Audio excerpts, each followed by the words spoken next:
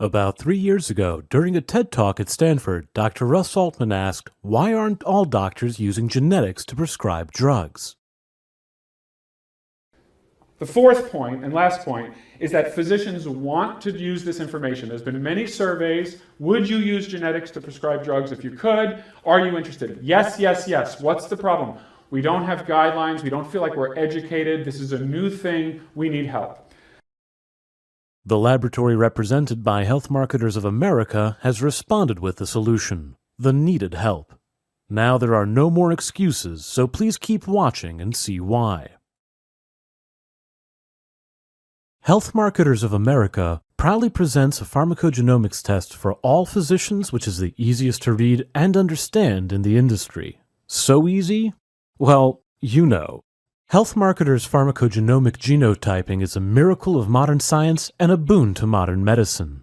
As complicated as a report on genotyping could be, HMA has devised a format that is clear and concise with dosing guidance so the physician can meet the goal of the right drug for the right patient at the right dose on the first try. Just imagine that. Molecular Medicine published a report that overall drug response rates vary widely and showed physicians were right on the first try only about 50% of the time. We're making an educated guess here. Let's stop guessing. Be right the first time, every time, for the rest of your career. This easy-to-understand report essays 25 established pharmacogenomics genes and 196 gene variants. You don't need to know all this. The report will tell you everything you need to know. Connie is our patient in our sample report, and there are 3 major sections in a pharmacogenomics report that deal directly with drug decisions. They are current patient medication, potentially impacted medication, and dosing guidance. This is an overview of those sections. Before we go into the sections further, we need to look at the symbols that will guide our prescribing decisions. Here are the guidance levels symbols. Throughout the report, these symbols give us instant visual help to assist our decisions, and they always come with dosing guidance. The green check indicates the drug can be prescribed according to standard regimens, business as usual. The yellow triangle indicates guidelines exist for adjusting dosage or increased vigilance. Proceed with caution. And the red flag indicates beware. The drug has potentially reduced efficacy or increased toxicity. This needs special, immediate attention. A possible adverse reaction may be in the making. Now let's look at the 3 main sections. The first section is current patient medications. Here we see all medications for this patient, whether or not they might have genotype implications. We can see that each drug has a guidance level symbol, and 3 of the 4 have the yellow triangle caution sign that indicates guidelines exist for adjusting dosage or increased vigilance, and we should proceed with caution. As we mentioned, every time there's a guidance level symbol, there are dosing guidance recommendations. Let's look at the coding the patient is currently prescribed. It says Connie may not experience adequate pain relief with the codeine. That may not be the best pain medication for Connie. We would not know that without this test. The next major section is potentially impacted medications. For Connie with her genotype, it's about 4 pages. But what are all these drugs and where did they come from? They are every single drug that may impact Connie because of her genotype, grouped by major drug category.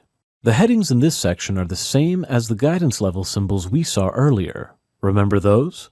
The next section is dosing guidance. In this example, it is 5 pages in length. Again, but what are all these drugs and where did they come from? To answer that, we need to go back to potentially impacted medications. It's very likely that we don't need prescribing advice for the drugs that fall under the standard precautions column. Those are business as usual. But for those in the yellow, use caution, and red, consider alternatives, there is no way without this test we would know that Connie would have problems with these drugs. But that's not really enough information for us, is it? So what our lab has done is to take all the drugs from these 2 columns, and those are what make up the dosing guidance section. As we can see, if it's in those caution or potential ADR columns, it's in the dosing guidance section. Let's use our report in a clinical setting. Let's say we are considering prescribing an antidepressant for Connie, and like Effexor because we've had success with it before. So we look to see if it's included in the potentially impacted medication section.